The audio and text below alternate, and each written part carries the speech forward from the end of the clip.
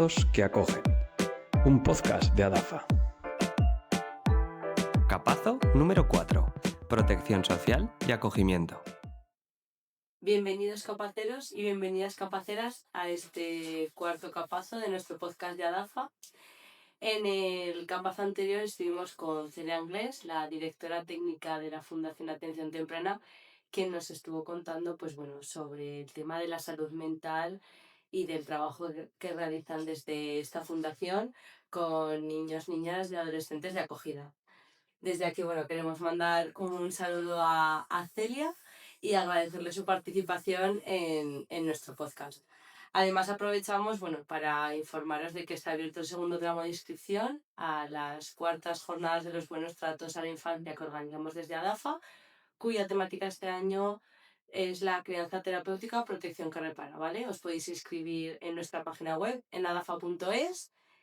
Y bueno, dicho esto, pasamos con el tema del día. La verdad es que es un tema que nos apetecía mucho hacer tanto a mi compi Eduardo como a mí, y trata sobre la exclusión y desprotección social relacionada, como siempre, ya sabéis, con el acogimiento familiar.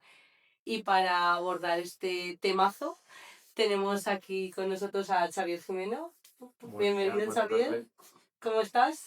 Pues aquí con muchas expectativas porque tenía muchas ganas de participar, o sea que me ha gustado, muchas gracias. Muy bien, nosotros también teníamos muchas ganas de abrir este melón y concretamente de abrirlo contigo, que eres un experto en la materia.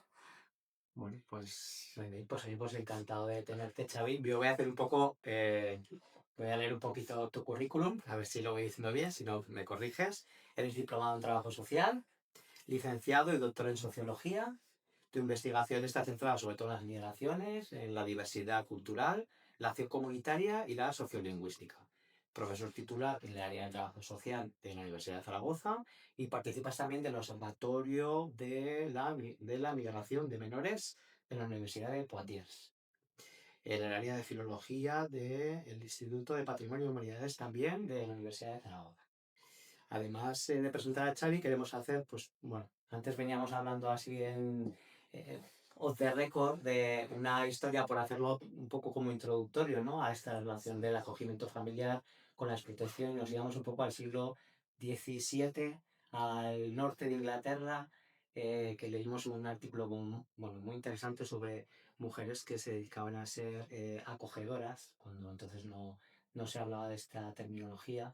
En concreto, en inglés parece que es warding, se define así, y eran un grupo de mujeres que luego fueron a denunciarlo a los jueces. A través de eso tenemos sus testimonios de situaciones que se generaban porque eran normalmente mujeres viudas que no tenían pareja y que se dedicaban a acoger a niños que normalmente eran huérfanos o que sus padres no podían hacerse con ellos. Entonces, una situación de pobreza, de vulnerabilidad, a través de las parroquias se derivaba a través en las zonas, en los barrios, en las ciudades, eran las mujeres las que cuidaban a estos niños, ¿no? El pago era de 40 chelines, pero estos testimonios que nos han llegado son muchas veces porque eran reclamaciones de estas mujeres que no recibían el dinero, la compensación, ¿no? Entonces hubo un momento en el que nos ha llegado como exigían, demandaban que se hiciera, que se les pagara, porque además se estaban haciendo una labor social y si no se llegaba a cubrir estas necesidades de estos niños, pues acabarían en la calle siendo probablemente delinquiendo y demás. Entonces, un poco nos parecía interesante por hacerlo. Sí, así que más o menos esto es un poco la introducción. Sí, del tema, ¿no? Que al Sí. final, antes de pasar al meollo, ¿no? Del tema de la desprotección social, queríamos preguntarte, porque aquí tenemos un ritual en este podcast, Xavi, en cada capazo, y es empezar con nuestra pregunta estrella. Y es, ¿qué es para ti el acogimiento familiar? Pues a mí me resuena emocionalmente mucho porque en la vejez de mi madre tuvimos conocimiento que tenemos familia desconocida Y me gusta mucho que me hayáis invitado porque creo que el rol de la acogida forma parte estructural de la forma de vivir desde el principio seguramente de los tiempos. Nosotros, después de la guerra, digamos que declaró el fascismo internacional contra la democracia en España y la posguerra posterior con toda esa dictadura militar, etcétera, y esa desaparición de los derechos básicos, mucha infancia quedó absolutamente desprotegida. Y se pusieron en marcha mecanismos de una manera que yo diría ahora comunitaria, es decir, no hubo casos de niños mendicantes, etcétera, que era la mendicidad estaba reprimida en ese momento. De hecho, hay documentados ya centros, tanto en Madrid como en Barcelona, en los que se recluían a las personas que ejercían la mendicidad y se les expulsaba de las ciudades. Y he tenido la suerte de conocer esta anécdota en los últimos años de la vida de mi madre porque las personas mayores a veces se acuerdan de cosas, sobre todo cuando entran en un proceso de pérdida de conciencia, etcétera, y enfermedades de salud mental propias de la edad. Y resulta que es cierto, yo no recordaba que mi abuela acogió a una niña del barrio que no tenía, bueno, mi abuela, mis abuelos, etcétera, ¿no? Entonces tenemos ahí una posible familia y luego tengo más anécdotas de ese tipo, con lo cual siempre he considerado una obligación cívica de toda comunidad hacerse cargo de la infancia y prestar protección más allá de las instituciones. Muy interesante esto. Te íbamos a preguntar al siguiente, si tienes alguna experiencia personal. Tengo otra más. Tienes más, vale, estupendo, pero también viene muy relacionado con capítulos anteriores, donde hemos hablado de la tribu, La tribu del que concepto cuida. este de comunidad Exactamente. que cuida, ¿no? Entonces, viene muy al uso. Si quieres compartir alguna otra experiencia. Yo creo que mi primera experiencia, o sea, mi vínculo emocional yo creo que es doble y siempre es de tema familiar.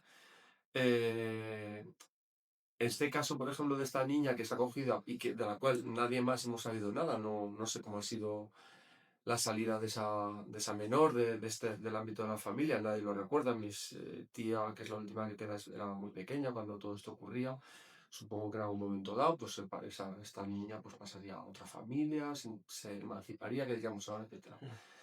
Y esa crianza, digamos, vendría seguramente reproducida en la ciudad lo que las personas hacían ya en los pueblos, ¿verdad? Todo barrios de migrantes de aluvión, ¿no? Estos barrios de clases populares de todas las ciudades de España, con una vivienda muy frágil en los que muchos niños y niñas eran huérfanos. Luego también tengo otra segunda anécdota, la mejor amiga de mi madre, recientemente fallecida, también estuvo en situación de desprotección porque el padre era preso político de la dictadura, ¿no? En esos primeros años pues bueno, esas niñas también eran acogidas por familiares, vecinos, etc. Yo siempre tengo la sensación como que siempre había alguien que te acogía. Y luego en el plano institucional ya, cuando con este bagaje te incorporas a la profesión, estás estudiando, la vida me puso cerca una persona que había sido retirada de su familia por los servicios sociales porque había una situación de maltrato físico y psicológico muy grave y muy de una temprana edad, y ha sido familia política mía, ¿no? Aparte de la madre de mis hijos, y es ahora una grandísima persona. Y siempre, de alguna manera, he transmitido a mis hijos lo importante que es esa labor que hacen las familias de acogida, por lo bonito que es haber podido compartir la vida con una persona que ha sido acogida y que ha rehecho absolutamente su vida saliendo de un entorno que, por desgracia, tanto para los progenitores como para el menor, no permitía que hubiera una relación sana entre ellos. Con lo cual yo creo que, bueno, que es encomiable la labor que hacen tanto las familias como las asociaciones que las apoyáis.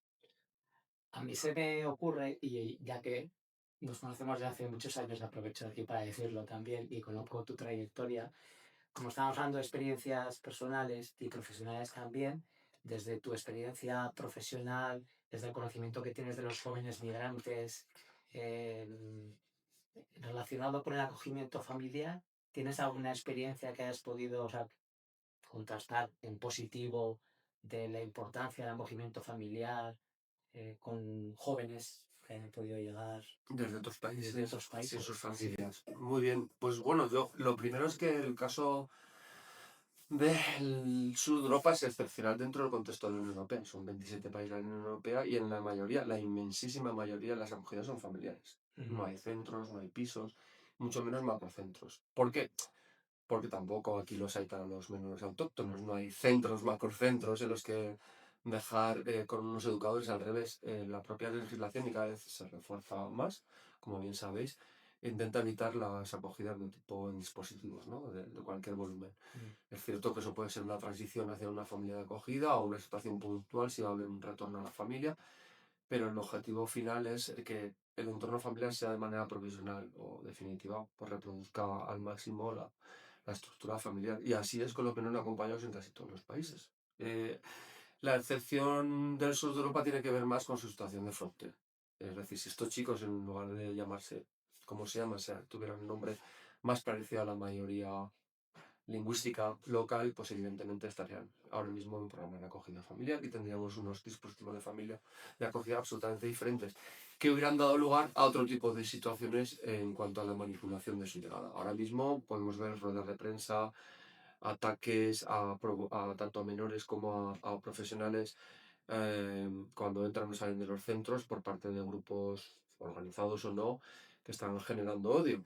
Eso es muy difícil en el entorno familiar y el grado de integración en el ámbito comunitario es mucho mayor.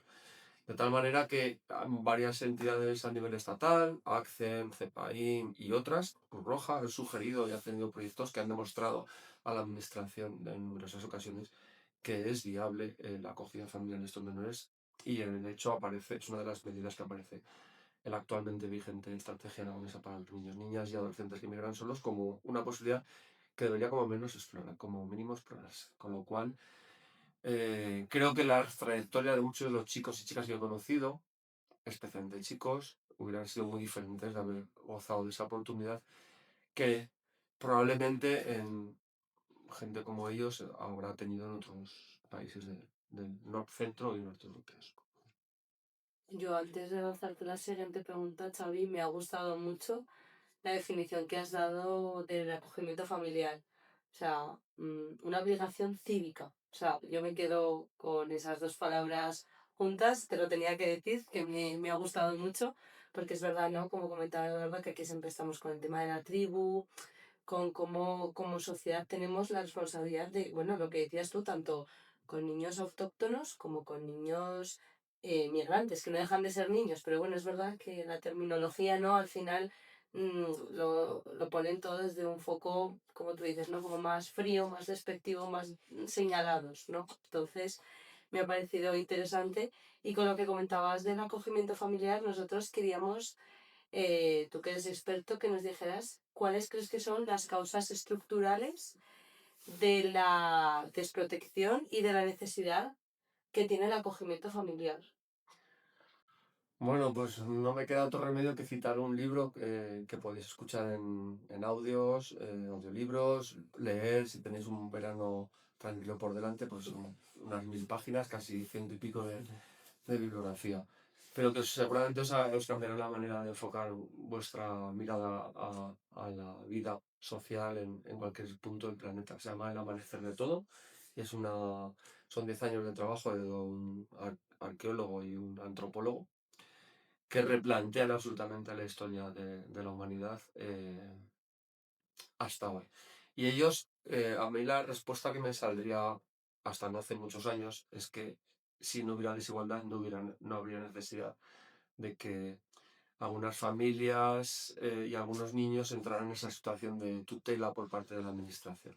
Esa hubiera sido mi respuesta casi inmediata después de tanto, bueno, he tenido experiencia profesional durante 24 años en diferentes proyectos, en entidades sociales y no sociales, y hubiera sido mi respuesta, pero ahora mi respuesta ha cambiado porque creo que es necesario quitarse las gafas que teníamos y ver que el hecho de que haya familias, se me ocurren muchos ejemplos del día a día de lo que estamos trabajando en barrios como en el que yo he nacido, hay muchas familias que no son capaces de ofrecer seguridad, apego positivo, etcétera, a sus hijos e hijas. Y digo que no son capaces, no es que no quieran. Y al mismo tiempo, incluso aunque se verbalice el no querer o estemos hablando de situaciones de maltrato físico, psicológico, etcétera, detrás de todo eso hay mucho dolor. Y detrás del dolor hay que preguntarse por qué nuestras sociedades, especialmente Lo dice, el libro este habla de que estamos atascados en la historia, porque realmente la historia de la humanidad tal y como la conocemos abarca cerca de 200.000 años, y en los últimos 30.000, esta pequeña porción de la historia en la que estamos ahora, que podríamos hablar desde los últimos 200, 300 años, a lo que llamamos el origen del capitalismo como estructura económica, pero da igual, ya podríamos hablar incluso un poco más. Este atasco tiene que ver sobre todo con que son formas de reproducción, de organización social anómalas, porque no son funcionales. No son funcionales porque no son capaces de permitir la reproducción y el sostenimiento de la vida. Y reproducción de la vida es la crianza, es fundamental. También lo es la educación, lo es la salud. Y luego está el sostenimiento de la vida, ¿no? El empleo digno, los cuidados, etcétera, ¿no? Pero esto está ocurriendo de manera sangrante contra los niños y las niñas con mayor dificultades. Estoy hablando de los niños y las niñas que padecen autismo, que están siendo despojados de su derecho a la educación y depositados en aulas en las que no hay ni profesorado suficiente, ni siquiera preparado. Y eso está ocurriendo ahora mismo en casi todos los colegios públicos a los cuales se deriva a estos niños, desde el otro 44% de los centros que son sostenidos con fondos públicos. Es decir, hay una continua menoscabo de algo que ya no son derechos, sino que son libertades. Durante gran parte de la historia de la humanidad, la inmensa mayoría de la humanidad, ha habido cambios en la forma de organización social producidos por las propias personas. Es decir, que no han venido de arriba abajo, sino que ha habido capacidad de esto no nos funciona. ¿Pero por qué no nos funciona? Porque la vida no se sostiene. No es posible sostener la vida, y esto ya se sabía cuando en el Paleolítico se han encontrado pruebas de que esos salvajes que vivían del forrajeo, de las cosas que recogían por el campo, cuidaban a personas discapacitadas, tanto intelectual como físicamente, o a personas ancianas con graves heridas que hacían inviable su labor, digamos, la aportación al grupo, las cuidaban durante décadas, no meses, décadas, porque envejecían estando en esa situación. Ya. Es decir, lo humano es el cuidado. Lo que no es humano es que al final haya estructuras dentro de la sociedad, y la familia es una de ellas, que no cuiden. Y eso hay que preguntarnos por qué está pasando. Y seguramente tiene que ver mucho más con la ruptura que se produce en lo natural, que es esa ayuda mutua, y que tiene que ver mucho más con cierta aspiración a ser más, a poseer más, a estar por encima de, que es prácticamente una excepción como forma de organización social. Por lo cual a mí me ha transmitido muchísima esperanza y creo mucho más todavía en la capacidad de darle la vuelta a las situaciones, ya no solo por los chavales y las chavalas con los que trabajáis, sino también por esos familiares que no han tenido la oportunidad de tener capacidad de criar a sus hijos, a las hijas, a los que en el fondo estoy segurísimo que quieren. Fíjate que ahora cuando estabas diciendo el tema de las capacidades a nivel de las familias, que puede ser en un momento dado, ¿no? Aquí siempre hablamos de que las familias, exacto, por muchas negligencias o por mucha falta de, bueno, de cubrir esas necesidades a estos menores, ¿no? Que entran en acogida, no deja de ser, pues como bien dices, ¿no? Una falta de capacidad, de habilidades ma- maternales y parentales, pero nunca un no quiero o no lo quiero hacer, ¿no? Sino que igual no tienen, pues eso, no cuentan. Y a veces, aparte de las herramientas y recursos eh, más emocionales, a veces también, como tú decías, son a nivel económico, ¿no? Temas de vivienda, temas de laborales, o sea, que es un complot. Tú lo has resumido aquí muy bien, ¿no? Has sacado como muchas causas estructurales, pero que a veces se nos olvida, pues eso, que lo más humano, como tú bien has dicho, es cuidar, pero para cuidar necesitas también un apoyo y un respaldo de ciertas, ¿no? De ciertos factores. Permíteme decir que, pues acaso queda la imagen de que yo creo que lo económico no deja de ser una consecuencia de, porque hay una opresión fundamental que imposibilita, que impide el desarrollo humano. Ujú.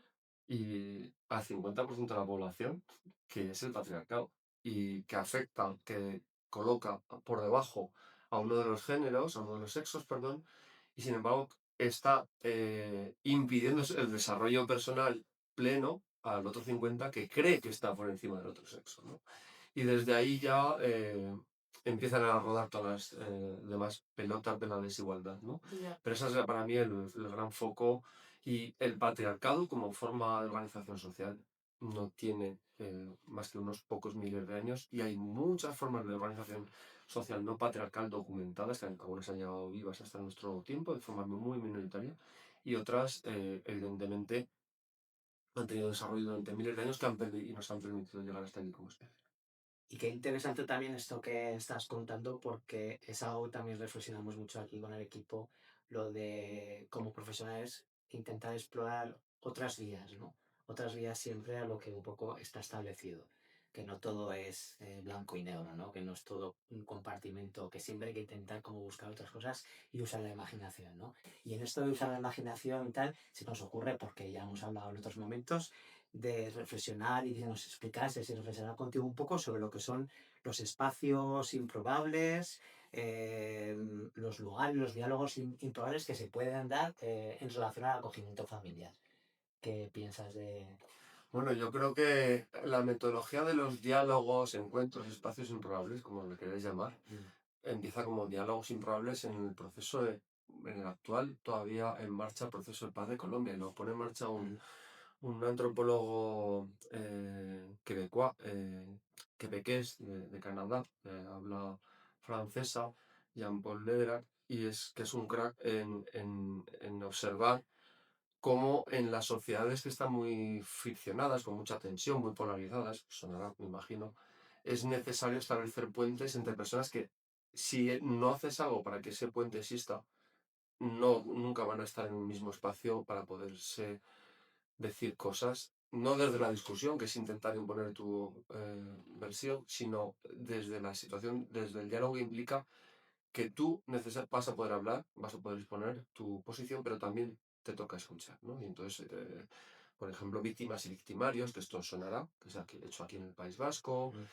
queda muy pendiente por hacer, evidentemente, por todas las víctimas de la dictadura militar en España, que parece que no hayan sido víctimas, son víctimas de segunda, todavía en este contexto, no son homenajeadas. Aquí hay homenajes prácticamente todos los años a víctimas de un lado o de otro, pero hay cientos de miles de familias todavía pendientes de una reparación. Y allí en Colombia se pone a los agresores y a las víctimas en una situación de diálogo en espacios que lo permiten. Llevado esto al mundo, una versión de esto sería el diálogo interreligioso, por ejemplo, ¿no? Es una de las cosas que ha llegado aquí a España.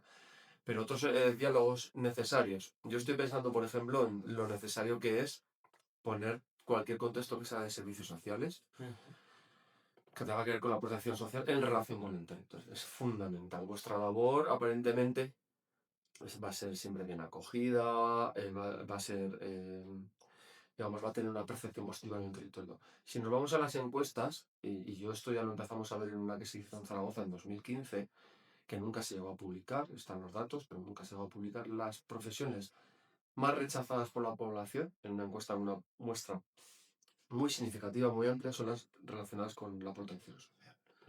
Es decir, estamos expuestos a que por una falta de capacidad profesional y de compromiso para, con transparencia, mostrar lo que hacemos, somos susceptibles de confusiones, de tergiversaciones, etc. Y en el caso del acogimiento familiar vuestro, yo creo que lo propio sería poner en diálogo a vuestra entidad o a las familias con el entorno.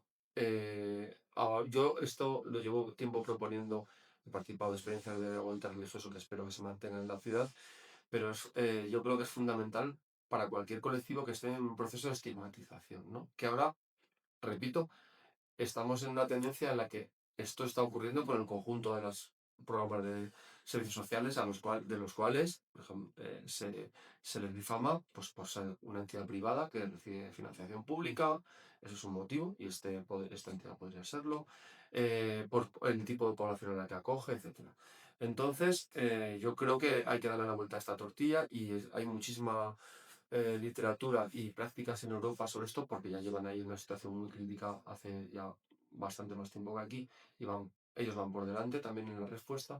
Es necesario ponernos en diálogo en el sentido de sería muy difícil que una persona que critica a las entidades, se me ocurre, del tercer sector que tienen financiación pública, coincidiera en un espacio con una persona que es abiertamente crítica con la existencia siquiera del tercer sector. Bueno, pues vamos a provocar ese encuentro.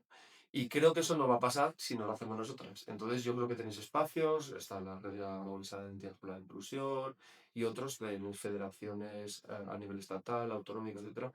Y creo que es necesario que nos pongamos las pilas en eso. Porque si no hacemos nosotras el discurso, otros lo hacen.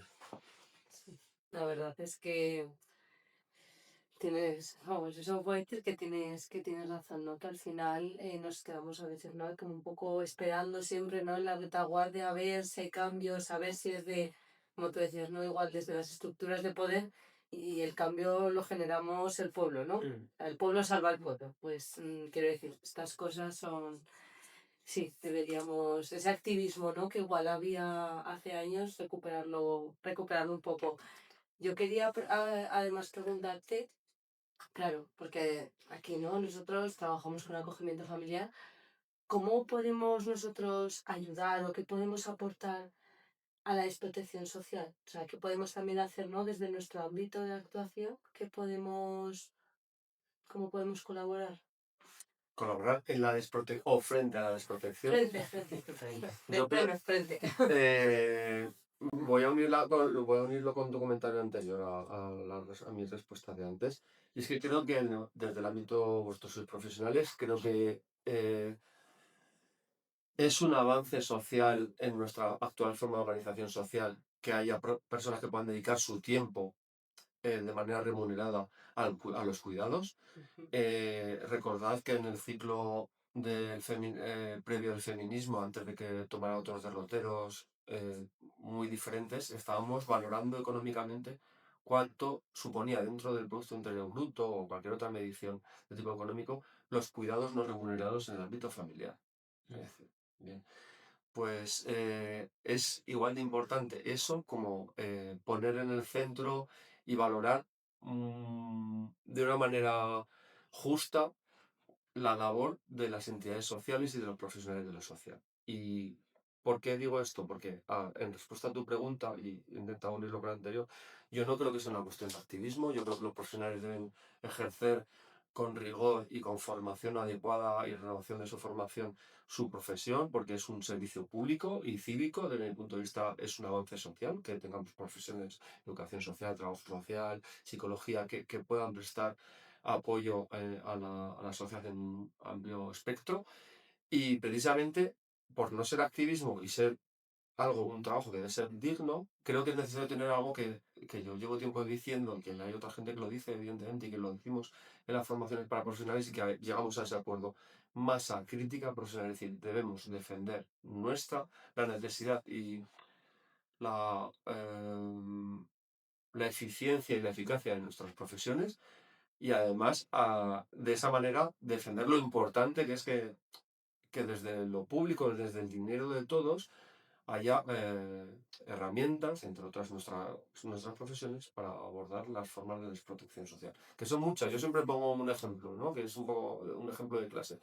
Cualquier persona multimillonaria que en el transcurso de un viaje que pase por Zaragoza o por cualquier otra ciudad de Aragón, o donde queráis pensar, tenga un accidente de tráfico y que no se localice a un familiar, un multimillonario, sus hijos o sus hijas van a estar en un centro de protección esa noche, las primeras horas, hasta que se encuentre una primera acogida, a lo mejor temporal, evidentemente a lo mejor en una familia, pero los servicios sociales van a estar ahí. Una persona que tiene un accidente de tráfico, de avión, o lo que sea, entre otros equipos, en los equipos de emergencia hay profesionales de lo social.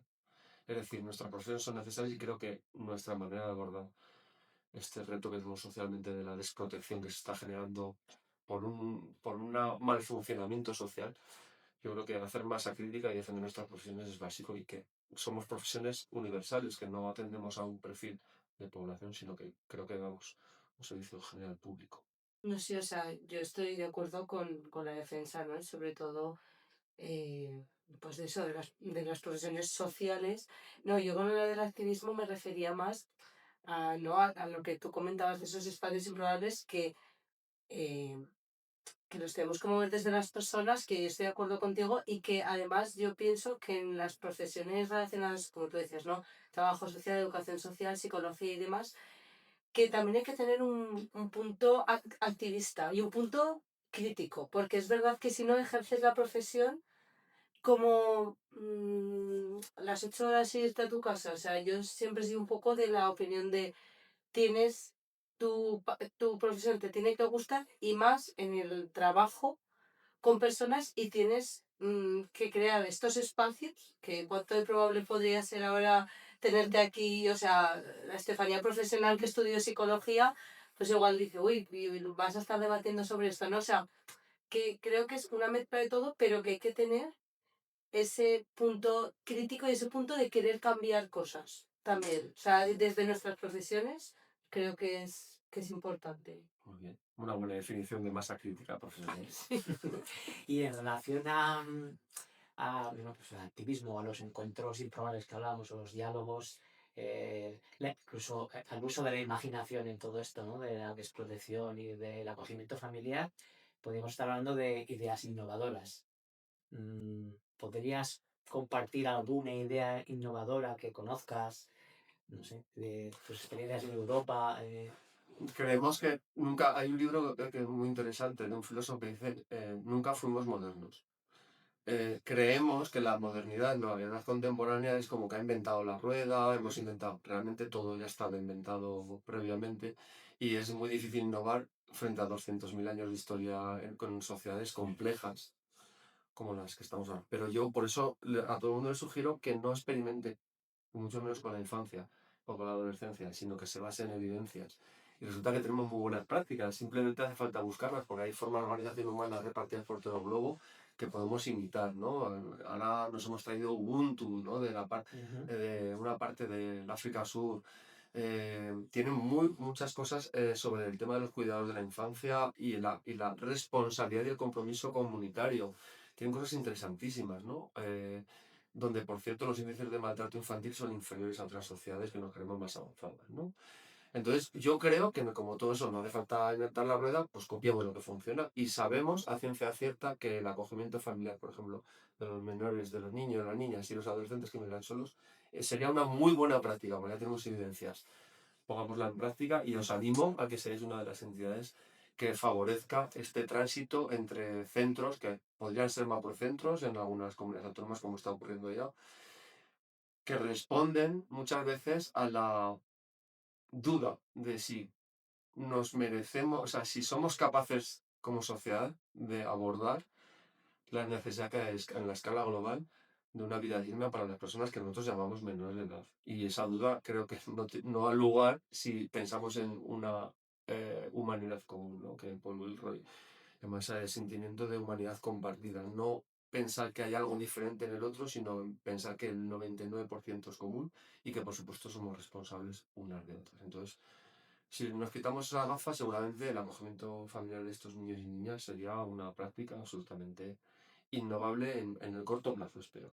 Con relación a esto, podemos remitirnos al primer capazo que hablamos con Sí. Simeón, que también estuvimos tratando esto, así que os recordamos que si os apetece, pues podéis ir hacia capazos anteriores, porque este tema ahondamos un poquito, así que se agradece que lo vuelvas a traer, Sí, porque es muy interesante, sí, algo que también aquí reflexionamos mucho sobre. Sí, además has dicho una cosa que alguna vez lo hemos hablado con el equipo, de ver más lo que nos une que lo que nos separa, ¿no? Que muchas veces vemos más las diferencias de, pues es que es, ¿no? Como señalando, ¿no?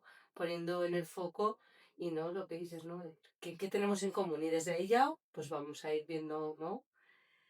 Has dicho ya un par de libros, Xavi, pero queríamos, bueno, que a los oyentes y a nosotros, por supuesto, que nos recomendases alguna película, algún documental, algún corto para tratar pues, el acogimiento familiar y, por supuesto, la exclusión y desprotección social. Tenéis, ¿Cuál dirías? tenéis en YouTube o en otras plataformas, Vimeo, etcétera, cantidad ingente de documentales sobre menores no acompañados en diferentes lenguas, que además ahora ya sabéis que casi todos los visores de vídeos motu propio te los traducen, ¿no? Con la inteligencia artificial, ¿no? Te dan la versión en tu lengua, en la lengua que tú elijas. Entonces hay transformando realidades, transforman realidades, porque está en catalán, pero lo podéis ver en castellano. Es una serie de vídeos en los que se aborda el tránsito migratorio de los niños y niñas no acompañados, y ellos hablan de su mirada también al mundo de la acogida, ¿no? De la acogida residencial, de los educadores, de los profesionales, de los entornos locales en los que se insertan, etcétera. Y me parece esa multiplicidad de voces a esos documentales le da una visión muy rica, y bueno, es un lenguaje que nos vamos a entender porque es de una realidad muy cercana, pero hay muchos más para otros países. Vale. Se me ocurre, y ya que estamos y tal, igual podemos hacer la referencia al Positive Migration que hizo la Fundación Picasal, en el que también tuvimos la oportunidad de participar, y también se habla de esos antes espacios improbables, ¿no? De personas con discapacidad, con personas que vienen de otros orígenes y la convivencia entre unos y otros. Lo bonito de ese proyecto, que se hizo en otros países de Europa, es que solo se podía hablar en clave de hospitalidad, de qué te aporta a ti la presencia de esa persona, Positivo. que es un otro. No hay en la inmensa mayoría de lo que, yo creo que se cuidó bastante de lo que se decía, siempre era en ese tono de lo que tenemos en común. Con lo cual, evidentemente, muy buena sugerencia y muchas gracias. Pues Bueno. ¿me toca a mí o te toca a ti? No, sé. te toca ya para cerrar un poco, Sí, así Vale, brevemente. es verdad, para cerrar, nos vamos a la pregunta que nos hizo Celia en el capítulo anterior, y te la vamos a hacer a ti, y también te pediremos que luego nos hagas otra para la persona que venga después. Eso es. Entonces, Celia nos preguntó, ¿cómo abordamos y trabajamos como profesionales y como sociedad el desarraigo y la sensación de soledad de los menores migrantes y referentes familiares que llegan aquí? ¿Qué piensas? Pues muchísimos chicos y chicas, pero sobre todo yo he conocido más chicos, entonces lo voy a decir en ese tono, con los cuales me cruzo yendo a comprar, jugando al fútbol en el parque, cuando pasan por aquí otra vez por la ciudad te llaman. Han sido menores de edad, que es una categoría jurídica, pero son personas, ¿no? Entonces, si te recontactan, ya no es como profesional, es como persona. Entonces, cuál es, creo que nuestra reflexión como profesionales es que trabajamos con personas? Yo siempre digo al alumnado que los coches que salen de una fábrica de coches salen todos los coches bien, ¿no? Con sus ruedas, sus puertas. Y al primer coche que saliese en una puerta se pararía la fábrica. Pararían todo, tal cual. O sea, la responsabilidad que tenemos que tener respecto a las personas con las que trabajamos es esa. No podemos permitirnos el lujo, porque son profesiones que te cambian la mirada de estar en el mundo. No nos podemos desresponsabilizar. Y eso te lo dicen los chicos y las chicas cuando te reconocen que tú en algún momento no te has desresponsabilizado de sus circunstancias, ¿no? ¿Qué te están valorando? Por una parte te están valorando tu intervención profesional, pero están valorando a la persona que hay detrás de eso.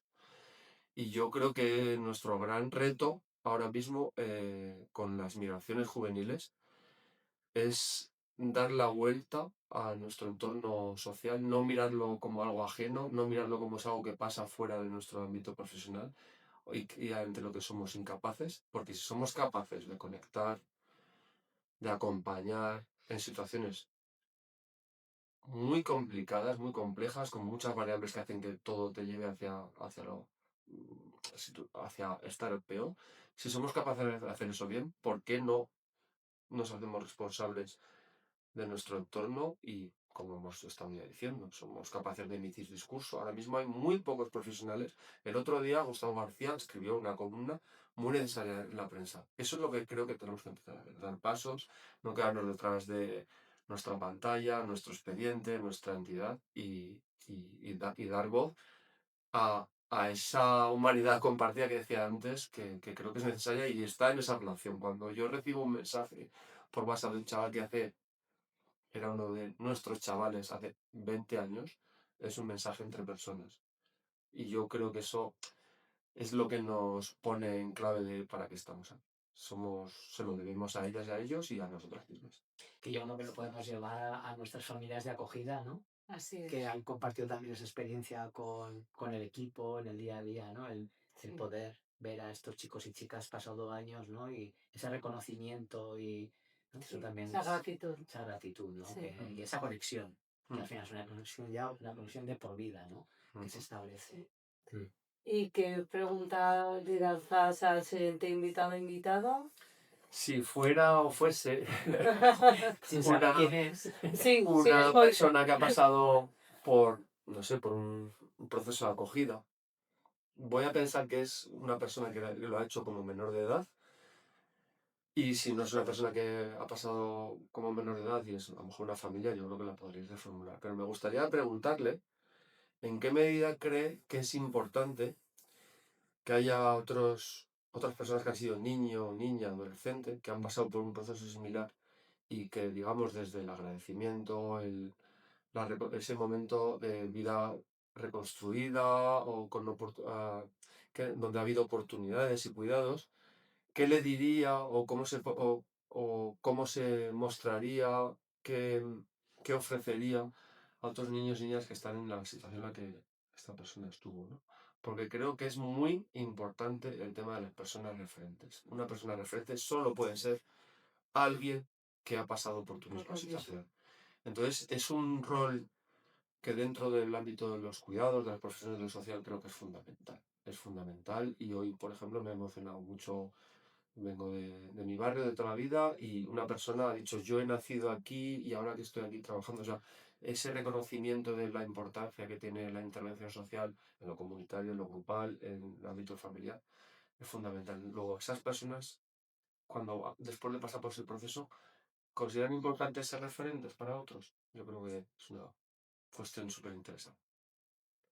Bueno, Xavi, nos quedaríamos, la verdad. Como hemos dicho al principio, es un temazo que nos apetecía mucho tratar. Nos quedaríamos aquí contigo hablando horas y horas porque tenemos capazo para el rato. Pero bueno, Podemos hacer una segunda parte. podemos hacer parte 2, ¿no? Parte 2. Bueno, agradecerte sobre todo que hayas venido, que sabemos que tienes la agenda pues hasta arriba. Y bueno, que hayas compartido este rato con nosotros, que esperamos que hayas estado a gusto, que te lo hayas pasado bien. Y bueno, que cuando quieras ya sabes dónde estamos. Muchísimas gracias. Mi primera vez en es un espacio muy chulo y un equipo con muy buena calidad humana para la acogida. Y frase final, ya que va todo esto de capazo, soy bastante capacero, como lo habéis dicho, pero es muy importante, mis compañeras, trabajadoras sociales de la cooperativa La Vecindad, derechos a capazos. Derechos a capaz. Derechos a capazos. Nos la quedamos. Muy bien. Nos la quedamos. Esta frase acabamos, ¿no? Sí. Este capazo muy bien. Bueno, y con esto nos despedimos por hoy, capaceros y capaceras. Esperamos, como siempre, que os haya gustado nuestro capazo con Xavi. El siguiente lo lanzaremos ya después de verano, pero bueno, durante estos meses podéis escuchar los anteriores, os remitimos a ello. Y bueno, como siempre, que nos dejéis vuestras preguntas, vuestras reflexiones, todo lo que queráis. Si tenéis alguna pregunta para Xavi, se la mandaremos también para que nos la conteste. Y bueno, os dejamos por aquí nuestras redes sociales, nuestra página web adalfa.es para que bueno, estéis al día de novedades, actualidad sobre el acogimiento, sobre el podcast, sobre las jornadas, sobre todo. Y que bueno, nos vemos y nos escuchamos muy pronto. Así que un abrazo a nuestros capaceros y capaceras de confianza. Gracias por estar ahí. Adiós. Adiós. Chao.